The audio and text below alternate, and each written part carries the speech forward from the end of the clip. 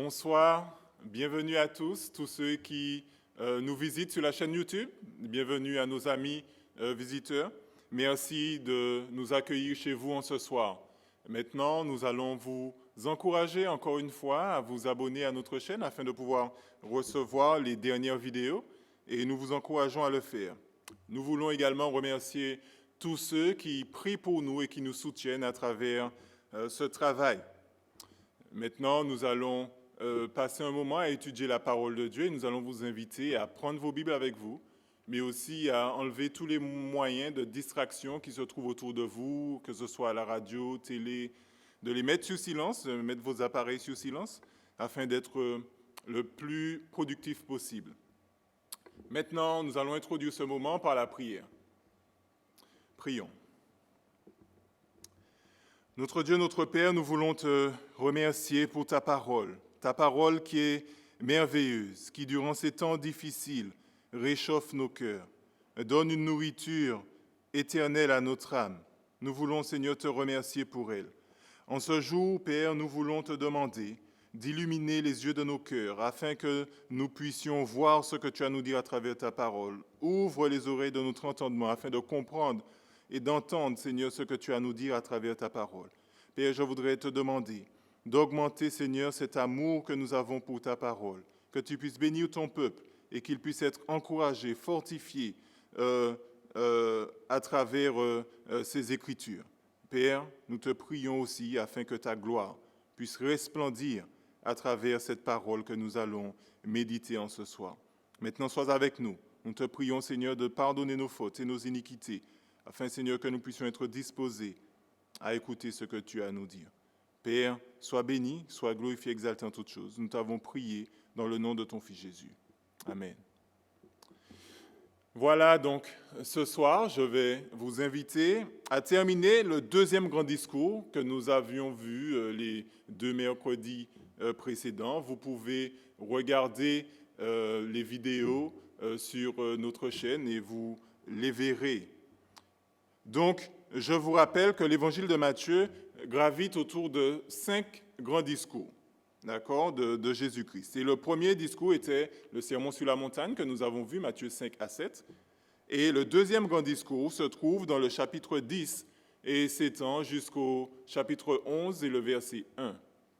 Donc, ce soir, je vous propose de terminer ce deuxième discours. Lisons Matthieu, chapitre 10, à partir du verset 26 jusqu'au chapitre 11, le verset 1. Voici ce que dit la parole du Seigneur. Ne les craignez donc point, car il n'y a rien de caché qui ne doive être découvert, ni de secret qui ne doivent être connus. Ce que je vous dis dans les ténèbres, dites-le en plein jour. Et ce qui vous est dit à l'oreille, prêchez-le sur les toits. Ne craignez pas ceux qui tuent le corps et qui ne peuvent tuer l'âme. Craignez plutôt celui qui peut faire périr l'âme et le corps dans la géhenne. Ne vend-on pas 2 passereaux pour 1 sou? Cependant, il n'en tombe pas un à terre sans la volonté de notre Père. Et même les cheveux de votre tête sont tous comptés. Ne craignez donc point, vous valez plus que beaucoup de passereaux. C'est pourquoi, quiconque me confessera devant les hommes, je le confesserai aussi devant mon Père qui est dans les cieux. Mais quiconque me reniera devant les hommes, je le renierai aussi devant mon Père qui est dans les cieux. Ne croyez pas que je sois venu apporter la paix sur la terre. Je ne suis pas venu apporter la paix, mais l'épée. Car je suis venu mettre la division entre l'homme et son père, entre la fille et sa mère, entre la belle-fille et sa belle-mère, et l'homme aura pour ennemi les gens de sa maison. Celui qui aime son père ou sa mère plus que moi n'est pas digne de moi, et celui qui aime son fils ou sa fille plus que moi n'est pas digne de moi. Celui qui ne prend pas sa croix et ne me suit pas n'est pas digne de moi. Celui qui conservera sa vie la perdra, et celui qui perdra sa vie à cause de moi la retrouvera. Celui qui vous reçoit, me reçoit. Et celui qui me reçoit, reçoit celui qui m'a envoyé. Celui qui reçoit un prophète en qualité de prophète, recevra une récompense de prophète. Et celui qui reçoit un juste en qualité de juste recevra une récompense de juste. Et quiconque donnera seulement un verre d'eau froide à l'un de ses petits, parce qu'il est mon disciple, je vous le dis en vérité, il ne perdra point sa récompense. Chapitre 11, le verset 1.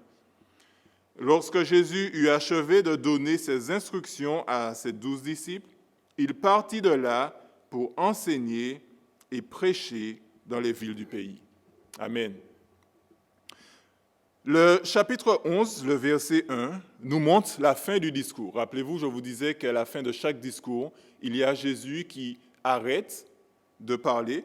Donc, il nous est signalé ici dans Matthieu 11, verset 1, que Jésus a achevé de donner ses instructions aux 12 disciples. Et ensuite, je vous disais qu'il y a toujours après le discours ce mouvement, ce départ. Il nous est dit que là, Jésus-Christ partit de là. Donc, nous avons ici le signalement de la fin du deuxième discours de Jésus-Christ. Donc, dans le chapitre 10, nous avons vu que dans les 15 premiers versets, que Jésus envoie ses disciples dans la moisson, alors que précédemment, au verset 37 et 38 du chapitre 9, Jésus leur dit que la moisson est grande et qu'il y a peu d'ouvriers, donc de prier le maître de la moisson d'envoyer des ouvriers dans sa moisson. Et ici, on voit que Jésus-Christ envoie des ouvriers dans la moisson. Qu'est-ce que cela nous signale donc? Que Jésus est donc le maître de la moisson. Il envoie donc ses disciples. Jésus demande aux disciples d'aller non pas vers les païens ni les samaritains, mais vers les brebis égarées de la maison d'Israël, dans Matthieu 10, verset 6. Et Jésus va les équiper pour qu'ils puissent proclamer le royaume de Dieu, mais aussi accompagner ce message de signes miraculeux pour confirmer que le royaume de Dieu est proche. Il va leur dire de voyager léger, de ne pas s'inquiéter de se charger des choses de la terre, mais plutôt de s'occuper de la mission que Dieu leur a confiée, car Dieu prendra soin d'eux. Et Jésus leur fait savoir qu'il y aura deux types de réponses face à ce message. Ils auront des réponses positives, mais aussi des réponses négatives. D'autres vont accepter ce message et d'autres vont le rejeter. Et dans les versets 16 à 25, Jésus dit aux disciples de ne pas se montrer naïfs, de faire attention, parce que s'ils ont traité aussi sévèrement le Maître, c'est-à-dire Jésus-Christ, eh bien, ces disciples seront traités de la même manière. Ne soyez pas naïfs. Le disciple n'est pas plus grand que le Maître.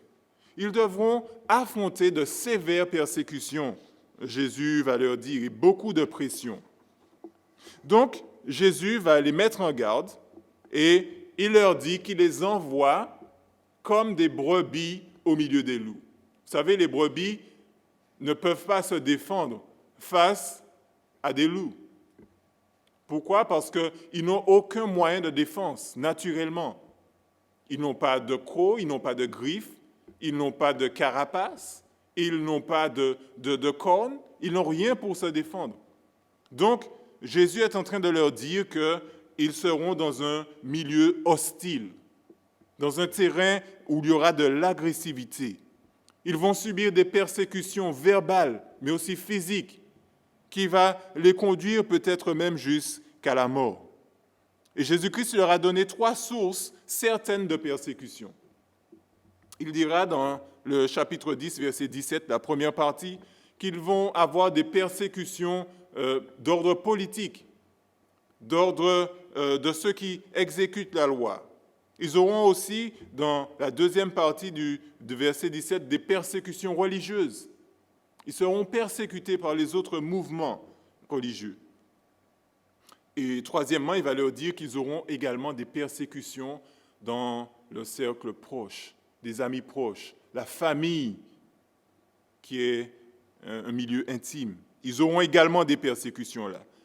Parce que leur allégeance envers Christ ne veut pas dire que toute la famille aura cette même allégeance envers Christ.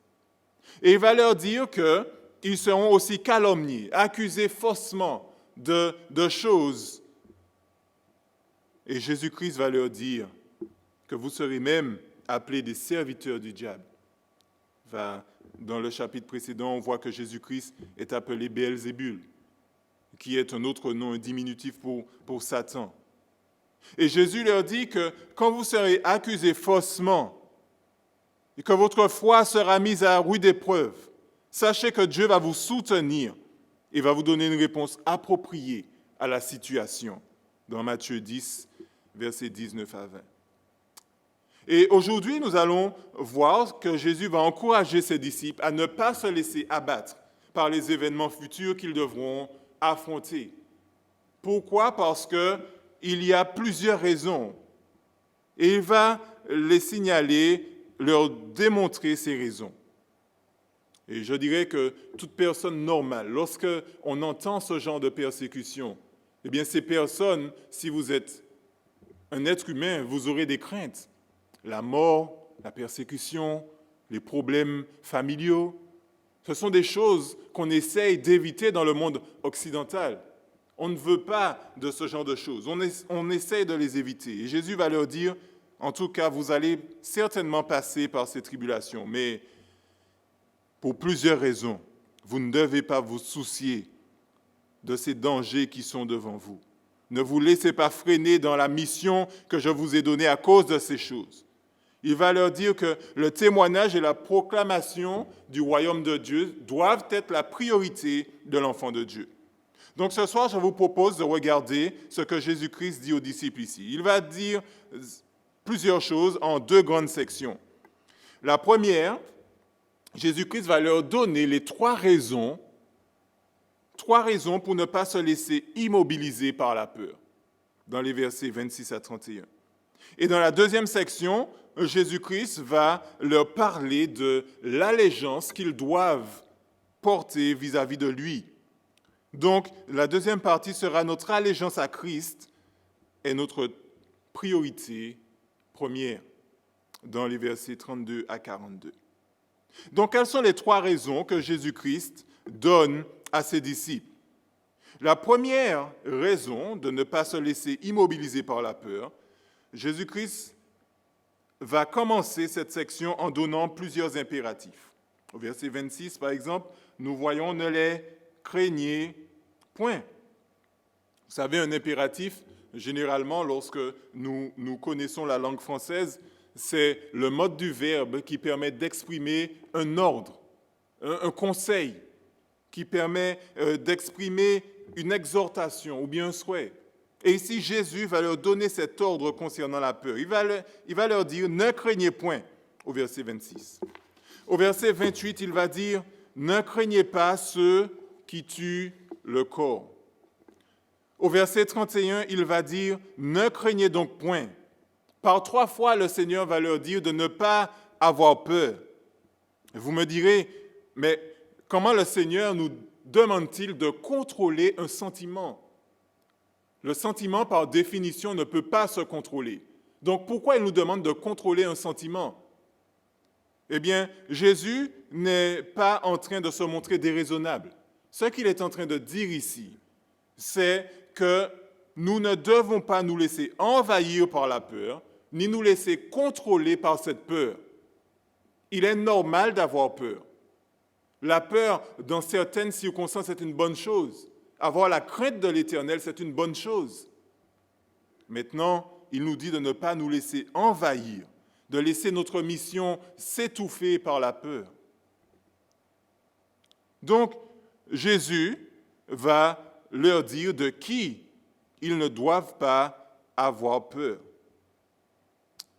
Et comme j'aime le dire, nous devons regarder dans le contexte immédiat afin de voir ce que Christ est en train de dire ici.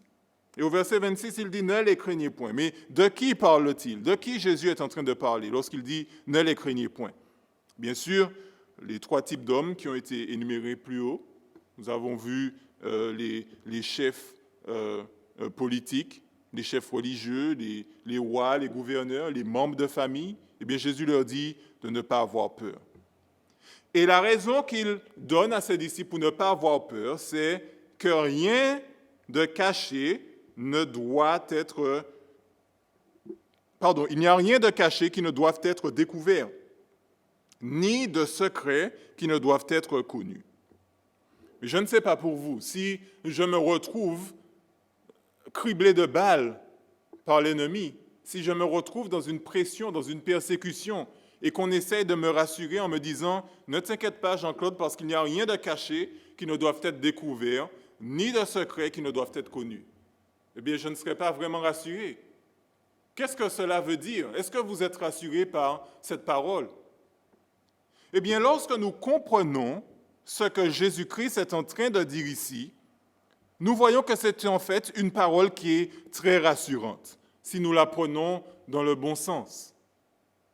Jésus est en train de leur dire que tous les hommes devront rendre des comptes pour leurs actions, pour leurs fautes, pour leurs péchés, que ces actions soient cachées ou bien encore révélées. Et lorsque nous lisons Hébreux 4, verset 13, il nous est dit que nulle créature n'est cachée devant Dieu, c'est-à-dire que Dieu voit ses créatures. Tout est à nu et à découvert aux yeux de celui à qui nous devons rendre des comptes. Donc Dieu voit tout ce qui est fait, même le mal qui nous est fait à nous, chrétiens qui sommes dans la mission. Pierre nous dit dans 1 Pierre 4, verset 5, que les pécheurs devront rendre des comptes à celui qui est prêt à juger les vivants et les morts. Donc si vous pensez qu'après la mort, vous êtes sauvés, vous n'avez pas droit à un jugement, vous vous trompez. Même les morts devront rendre des comptes à Dieu. Donc les péchés de ces hommes qui font du mal à ses disciples ne seront pas inaperçus devant Dieu. Ils auront des comptes à lui rendre. Et que ce soit dans cette vie ou dans l'autre. La Bible nous dit que c'est une chose terrible que de tomber entre les mains de Dieu. Jésus va leur dire que le Père voit ses actions et qu'elles ne sont pas cachées et que Dieu détient la vengeance et la rétribution. Donc Jésus est en train de leur dire, n'ayez pas peur de proclamer le message de l'Évangile. Même si ces hommes vous font du mal, du tort, sachez que Dieu le Père va prendre votre défense et va juger ces hommes méchants. Donc Jésus leur dit, n'ayez pas peur pour cette raison, parce que Dieu est de votre côté. Si Dieu est pour vous, qui sera contre vous? Jésus leur dit que la réponse appropriée n'est pas de se cacher, mais au contraire de faire toutes ces choses en plein jour. Et il va l'illustrer avec une maison. Et il va dire, ce que je vous dis dans les ténèbres, dites-le en plein jour. Jésus-Christ est en train de dire ce que je suis en train de vous enseigner ici, là. Dites-le en plein jour, c'est-à-dire dites-le ouvertement à tous. Il dit aussi, tout ce que je vous dis à l'oreille, ce que je suis en train de vous enseigner, autrement dit, prêchez-le sur les toits. Les maisons, à l'époque, avaient des toits, pas comme nous en pic, des toitures en pic, mais c'était des toitures plates. Et l'après-midi, les personnes pouvaient aller sur le toit et respirer l'air frais et prendre de la fraîcheur. Eh bien, Jésus-Christ disait que c'est aussi un moyen de proclamer le message de l'Évangile. Pourquoi? Parce que lorsqu'on monte sur le toit et qu'on proclame ce message, n'ayant pas de grand building, eh bien, le message partira loin. Jésus-Christ est en train de leur dire de ne pas lessiver sur les moyens pour pouvoir proclamer le royaume de Dieu. Donc, il leur dit, allez-y, ne vous cachez pas. De la même manière que ces hommes ont des actions mauvaises et qui ne se cachent pas pour les faire, ne vous cachez pas pour proclamer le royaume de Dieu. Et Jésus va leur dire de ne pas les craindre. Maintenant, lorsque nous continuons de voir ce que Christ dit à ses disciples, il va leur donner une deuxième raison de ne pas avoir peur. Il va leur dire de ne pas craindre la mauvaise personne, au verset 28. Ne craignez pas ceux qui tuent le corps et qui ne peuvent tuer l'âme. Craignez plutôt celui qui peut faire périr l'âme et le corps dans la géhenne. Donc Jésus-Christ est en train de leur dire, Ne vous trompez pas dans votre peur. Il existe deux types de peur. Il y a la peur des hommes, qui est souvent qualifiée par une lâcheté ou bien par notre propre intérêt. Nous ne voulons pas être moqués ou bien nous ne voulons pas perdre la face devant des personnes, donc nous évitons de nous faire savoir, connaître. Il y a beaucoup de chrétiens aujourd'hui qui sont des agents secrets. Personne ne sait que ce sont des chrétiens. Pourquoi? Parce qu'ils sont silencieux, ils ont honte. Et la deuxième peur qu'il y a, et qui est conseillée par la Bible, c'est la peur de Dieu, qui est une réponse saine d'admiration et d'obéissance au Dieu Tout-Puissant. Il est vivement recommandé dans toute la parole de Dieu d'avoir la crainte de Dieu. Il est préférable d'avoir peur de Dieu plutôt que d'avoir peur des hommes. Pourquoi? Parce que le maximum que les hommes peuvent faire, c'est vous ôter la vie. C'est la chose maximum que ces personnes peuvent faire. Mais Dieu peut non seulement vous ôter la vie, mais il peut vous faire passer à travers la seconde mort, qui est la mort de l'âme. Et là, cette condition est pire que la crainte qu'ils ont de ce que les hommes peuvent faire. Bien sûr, Jésus-Christ n'est pas en train d'enseigner l'annihilation de l'âme. Il est en train de parler de la seconde mort, ce que nous voyons dans Apocalypse 21, verset 28. Lorsque nous lisons ce texte, nous voyons que Jean nous parle de cette mort. Il nous est dit, mais les lâches, tous ceux qui ont peur de proclamer l'Évangile, les lâches, les incrédules, les abominables, les meurtriers, les impudiques, les enchanteurs, les idolâtres et tous les menteurs, leur part sera dans l'étang ardent de feu et de soufre, ce qui est la seconde mort. Donc la seconde mort n'est pas une mort comme on la comprend, mais la seconde mort, c'est l'éternité dans le tourment et dans la souffrance. C'est ça la seconde mort. Donc craignez celui qui peut jeter votre corps et votre âme dans cet étang de feu pour l'éternité, plutôt que celui qui peut tuer votre corps uniquement dans cette vie, mais votre âme vivra dans l'éternité. Et Jésus-Christ est en train de leur dire, n'ayez pas peur de ces hommes, car c'est ça seulement qu'ils peuvent faire. Donc, Jésus-Christ va leur dire de faire attention. Mais si nous prêtons une attention particulière à ce que Jésus-Christ est en train de dire, il est en train de nous dire de faire la volonté de Dieu. Il va dire à ses disciples, ce que je vous dis dans les ténèbres et à l'oreille, proclamez-le, faites-le. Christ se met donc au même niveau que Dieu. Nous devons craindre Christ parce que nous aurons des comptes à lui rendre également.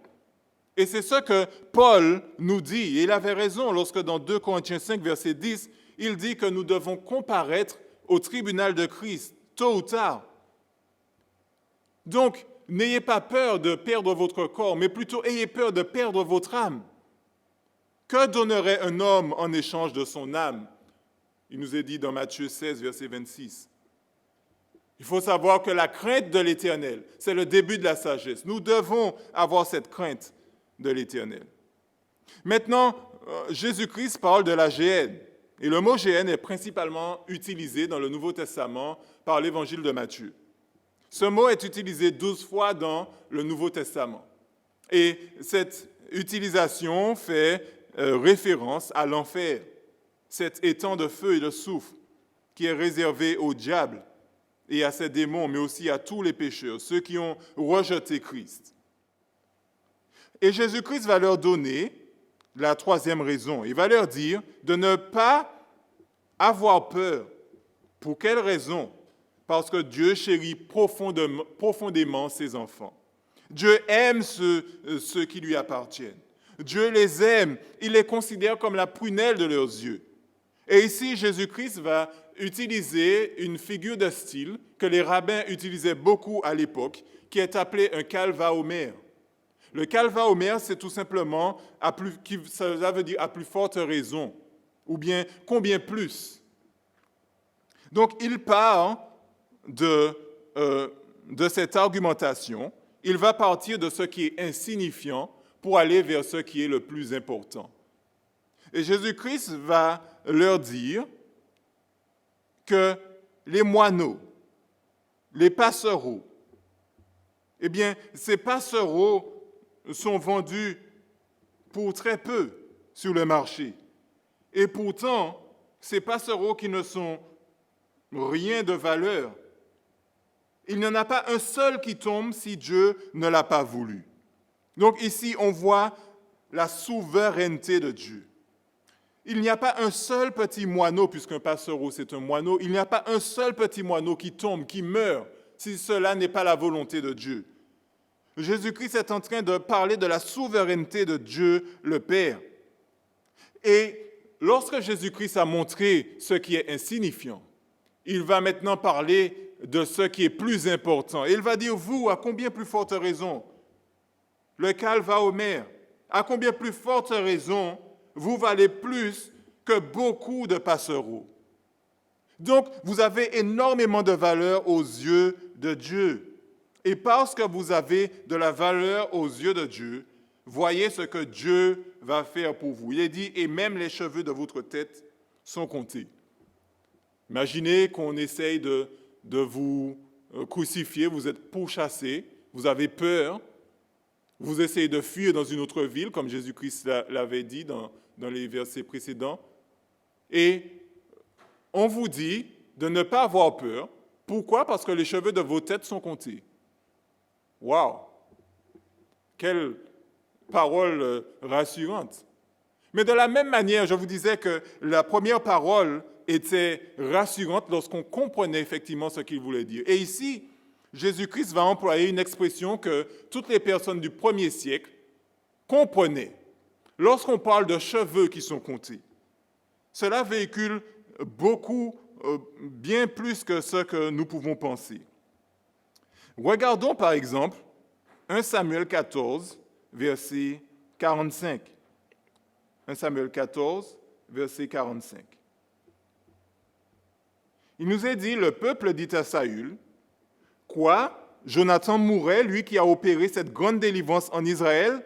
Loin de là, l'Éternel est vivant. Il ne tombera pas à terre un cheveu de sa tête, car c'est avec Dieu qu'il a agi dans cette journée. » Ainsi le peuple sauva Jonathan, et il ne mourut point. Lorsqu'on parle de cheveux qui sont comptés, de cheveux qui tombent de la tête, on est en train de parler de la mort de quelqu'un.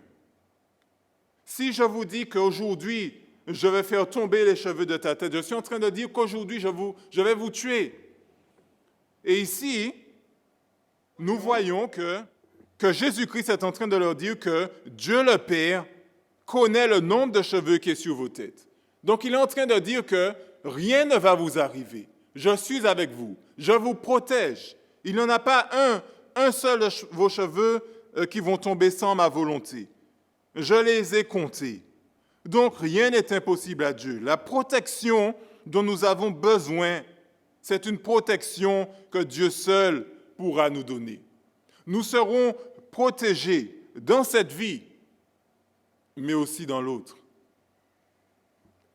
Donc, Jésus-Christ est en train de leur dire, ne vous inquiétez pas, tout ira pour le mieux parce que vous avez de la valeur aux yeux de Dieu. Donc, Jésus-Christ leur a donné ces 3 raisons, de ne pas avoir peur. Pourquoi? Parce que Dieu va tirer vengeance de ceux qui vous font du mal. Il est préférable, la deuxième raison, c'est qu'il est préférable d'avoir peur de Dieu plutôt que des hommes. Et la troisième raison, c'est que Dieu chérit profondément ceux qui lui appartiennent. Maintenant que ces 3 raisons ont été données aux disciples de ne pas avoir peur, Jésus-Christ va leur rappeler son allégeance. Donc, parce que vous ne devez pas avoir peur, parce que vous savez, vous avez l'assurance que vous êtes entre de bonnes mains, maintenant, laissez-moi vous rappeler les conditions de cette mission. Jésus-Christ demande une allégeance totale et il va leur dire plusieurs choses. Premièrement, il va dire que ses disciples doivent confesser Jésus-Christ devant les hommes, au verset 32 à 33. Nous devons prendre une position publique pour Jésus-Christ. Voilà pourquoi ceux qui sont des agents secrets dans l'Évangile n'ont pas leur place dans le royaume de Dieu. Le vrai enfant de Dieu, c'est celui qui affiche publiquement, qui affirme publiquement son appartenance à Jésus-Christ, qui affirme avec fierté son appartenance à Dieu. Mais qu'est-ce que Jésus-Christ veut dire par confesser? Lorsque nous lisons Matthieu 5 et le verset 16, nous avons un élément de réponse. Jésus-Christ dit dans le sermon sur la montagne que votre lumière luise devant les hommes afin qu'ils voient vos bonnes œuvres et qu'ils glorifient votre Père qui est dans les cieux. Confesser Christ, donc, c'est obéir aux enseignements de Christ et le faire publiquement. Une lumière, c'est quelque chose qui est vu. Et la première confession publique que nous faisons lorsque nous prenons position pour Christ, c'est le baptême. Et lorsque nous prenons position pour Christ à travers le baptême, nous proclamons publiquement non seulement à ce monde qui nous entoure, ce monde visible, mais au monde invisible que nous prenons position pour Christ. C'est pourquoi après le baptême, souvent nous avons des attaques spirituelles. Pourquoi? Parce que nous avons pris position, nous avons montré à l'ennemi que nous sommes clairement du côté de Jésus-Christ. Donc il nous attaque. Et la Bible nous dit que si tu confesses de ta bouche le Seigneur Jésus et si tu crois dans ton cœur que Dieu l'a ressuscité des morts, tu seras sauvé. Car c'est en croyant du cœur qu'on parvient à la justice et en confessant de la bouche qu'on parvient au salut selon ce que dit l'Écriture. Donc, si quelqu'un dénigre le Fils, rejette Jésus-Christ, ne parle pas de Christ, a honte de Christ, eh bien, il ne peut en aucun cas dire qu'il aime Dieu le Père, honorer le Père. Pourquoi? Parce que s'il rejette Jésus-Christ, eh bien, il rejette aussi le Père, n'est-ce pas? Lorsque nous lisons Jean 5, au verset 23, Jésus-Christ lui-même disait, afin que tous honorent le Fils, en parlant de lui-même, comme ils honorent le Père. Celui qui n'honore pas le Fils n'honore pas le Père qui l'a envoyé. Vous savez, Jésus-Christ demande une allégeance totale à ceux qui le servent. Et il demande à ce que nous puissions fièrement proclamer le message de l'Évangile, fièrement dire que nous appartenons à Jésus-Christ. Et Paul disait dans Romains 1, verset 16, « Car je n'ai point honte de l'Évangile, car c'est une puissance de Dieu pour le salut de quiconque croit. » La deuxième chose que Jésus-Christ va leur dire, c'est qu'il doit passer avant toute autre personne. Lorsque nous regardons le texte, au verset 34 à 37, Jésus-Christ va dire « Ne croyez pas que je sois venu apporter la paix ». J'avais déjà expliqué ce verset en relation avec le verset 21 dans l'étude précédente, donc nous n'allons pas revenir sur cela. Mais il va dire que celui qui aime son père ou sa mère plus que moi n'est pas digne de moi. Celui qui aime son fils ou sa fille plus que moi n'est pas digne de moi. C'est-à-dire celui qui fait passer ces personnes avant lui, avant la mission qu'il nous a confiée. Eh bien, cette personne n'est pas digne de lui. Certaines personnes vont refuser de parler de l'Évangile à cause de membres de leur famille qui ne supportent pas qu'on parle de l'Évangile. Eh bien, si quelqu'un agit ainsi, cette personne, Jésus-Christ dit, n'est pas digne de moi. Donc, Jésus va leur dire, je passe avant toute personne, proche ou meilleurs amis. Je dois être au-dessus de ces personnes. Je dois prendre l'ascendant sur ces personnes. Troisièmement, Jésus dit que son disciple doit aussi se charger de sa croix. Et ça, c'était une image frappante pour ceux de l'époque. Pourquoi? Parce que la crucifixion était un moyen horrible, cruel, que les Romains avaient mis en place pour pouvoir punir. Enfin, la crucifixion n'a pas été inventée par les Romains, mais ils appliquaient cette méthode pour pouvoir punir ceux qui étaient des criminels. Et lorsque nous regardons, cette crucifixion était si cruelle qu'ils évitaient la crucifixion pour les citoyens romains. les étrangers ou bien les criminels ou bien ceux de l'extérieur qui commettaient des crimes, eh bien, passaient par la crucifixion. Ils étaient menés nus sur le lieu de crucifixion et ils devaient mener la barre sur laquelle ils devaient être cloués. Ils devaient transporter cette barre jusqu'à l'endroit où ils doivent mourir. Et bien sûr, Jésus-Christ est en train de parler de sa propre mort ici. Et il disait que vous devez faire comme moi. Vous savez, l'évangile a un coût. Et ce coût, c'est d'être prêt d'aller même jusqu'à la mort pour la cause de l'évangile. Pas pour n'importe quelle cause, pour la cause de l'évangile. Nous devons braver la mort. Les autres écritures vont dire exactement la même chose. Dans Matthieu 16, 24 à 26, ils vont développer un peu. Matthieu va développer ce que Christ veut dire par là. Dans Jean 12, 25, ou bien dans Luc 14, 26, nous voyons tout cela. La parole nous encourage à faire comme Jésus-Christ, à souffrir pour la cause de l'Évangile. Nous devons nous charger de notre croix. Et il y a un exemple magnifique de l'apôtre Paul dans Acte 20, verset 24, qui nous montre ce que cela veut dire, quelqu'un qui se charge de sa croix. Et Paul va dire ceci, « Mais je ne fais pour moi-même aucun cas de ma vie, comme si elle m'était précieuse, pourvu que j'accomplisse ma course avec joie et le ministère que j'ai reçu du Seigneur Jésus, d'annoncer la bonne nouvelle de la grâce de Dieu. » Paul considérait sa vie comme étant une chose mineure comparée à la mission qu'il a reçue, c'est-à-dire proclamer le message de l'Évangile. Et ensuite, il finit en disant aux disciples que ceux qui agissent ainsi, ceux qui mettent la mission avant toute chose, vont recevoir une récompense. Alors, il va parler de plusieurs types de personnes. Il va parler des prophètes, il va parler du juste, mais il va parler aussi de quiconque donnera un verre d'eau froide. Un verre d'eau froide, c'était la chose la plus minime qu'on pouvait faire envers quelqu'un. Donner un verre d'eau. C'était la chose la plus basique, qui ne méritait aucun honneur, aucune récompense. Donc, cela veut dire que c'est les personnes en bas de la société. Ce n'est que ce qu'ils pouvaient faire qu'ils faisaient. Donc, il y a trois types de personnes. Jésus va dire que ceux qui font de bonnes actions envers les prophètes vont recevoir une récompense de prophète.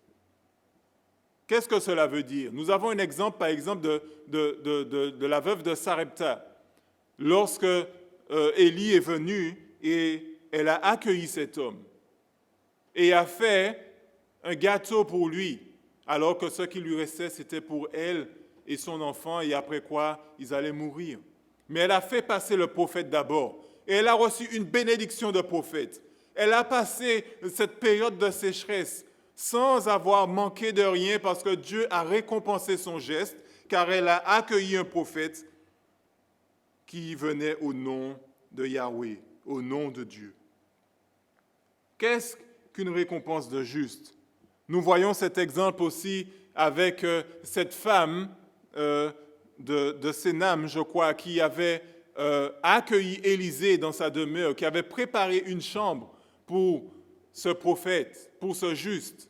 Et elle a reçu une récompense de juste. Elle a reçu un enfant, elle qui était dans l'incapacité d'avoir des enfants. Donc, nous avons plusieurs récompenses qui nous sont données ici.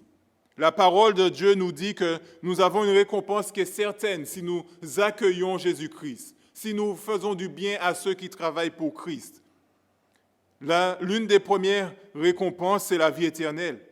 Si nous lisons Matthieu 19, verset 29, nous voyons qu'il nous est dit « Quiconque aura quitté à cause de mon nom ses frères, ses sœurs, son père, sa mère, sa femme, ses enfants, ou ses terres ou ses maisons, recevra au centuple et héritera la vie éternelle. » Tous ceux qui mettent l'Évangile en avant vont recevoir la vie éternelle. Une autre récompense, nous pouvons le voir dans Matthieu 25, verset 34. Il nous est dit « Le roi dira à ceux qui seront à sa droite, venez vous vous qui êtes bénis de mon Père, prenez possession du royaume qui vous a été préparé dès la fondation du monde. Nous allons recevoir une récompense qui est le royaume de Dieu. Une autre récompense que nous allons recevoir, c'est d'être honorés par Dieu le Père. Si nous lisons Jean 12, verset 26, nous voyons que Dieu, le Créateur du ciel et de la terre, celui qui est assis sur son trône, va reconnaître notre valeur et dira « C'est bien, bon et fidèle serviteur ». Et il dira à son serviteur, au verset 26, « Si quelqu'un me sert, qu'il me suive, et là où je suis, là aussi sera mon serviteur. Si quelqu'un me sert, eh bien le Père l'honorera. » Vous serez honorés de Dieu le Père. Quelle merveilleuse bénédiction. Jésus-Christ va dire que celui qui va donner le plus petit verre d'eau à l'un des serviteurs du Seigneur, eh bien, sachez que c'est à Jésus-Christ que vous le faites. De la même manière que lorsque nous faisons du mal à quelqu'un qui proclame l'Évangile, sachez que c'est à Dieu que vous faites le mal. Pas simplement à cette personne, mais principalement à Dieu. Vous vous rappelez lorsque les enfants d'Israël ont demandé à Samuel de leur donner un roi. Dieu a dit à Samuel, « Ne t'inquiète pas, ce n'est pas toi que le peuple rejette, mais c'est moi. Ce n'est pas un homme simplement qu'ils ont rejeté, mais c'est Dieu. » Si vous rejetez le message de l'Évangile, vous ne rejetez pas seulement le prédicateur qui vous apporte ce message, mais vous rejetez non seulement le prédicateur qui est le messager de Dieu, mais vous rejetez également Dieu. Vous rejetez Jésus-Christ. Et c'est une chose terrible. En conclusion, voici ce qui nous est dit ici. Jésus-Christ a quitté ce lieu, il a fini son discours, il a quitté ce lieu. Mais qu'est-ce que nous devons retenir? Eh bien, premièrement, nous ne devons pas avoir peur. Nous ne devons pas avoir peur car Dieu va aider celui qui est dans la mission. Il va l'aider non seulement matériellement, mais il va l'aider aussi spirituellement et intellectuellement, mais il va aussi protéger la vie de cet homme dans cette vie et dans l'autre. Donc, il demande par rapport à ces promesses que nous avons reçues de Dieu, qu'il sera avec nous jusqu'à la fin des temps. Vous ne devez pas avoir peur de proclamer de Jésus-Christ, de témoigner de lui, de parler de lui autour de vous, d'agir comme Christ vous demande, de lui obéir. Vous ne devez pas avoir peur des hommes qui vous regardent, même s'ils se moquent de vous. Comme en 2020, vous croyez toujours à un Dieu. Vous croyez qu'il y a quelqu'un qui est assis sur un trône. Sérieusement, vous êtes sérieux?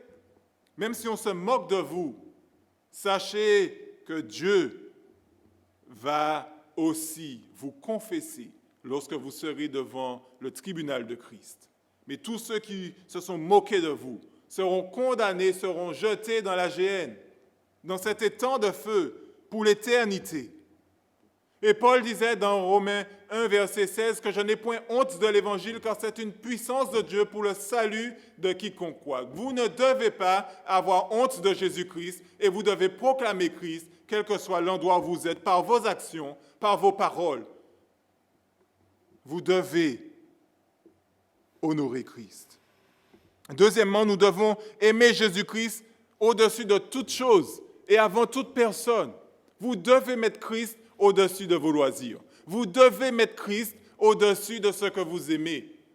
Parce que si vous aimez des distractions, des plaisirs de ce monde, avant Christ, vous n'êtes pas digne de Jésus-Christ. Vous devez vous charger de votre croix.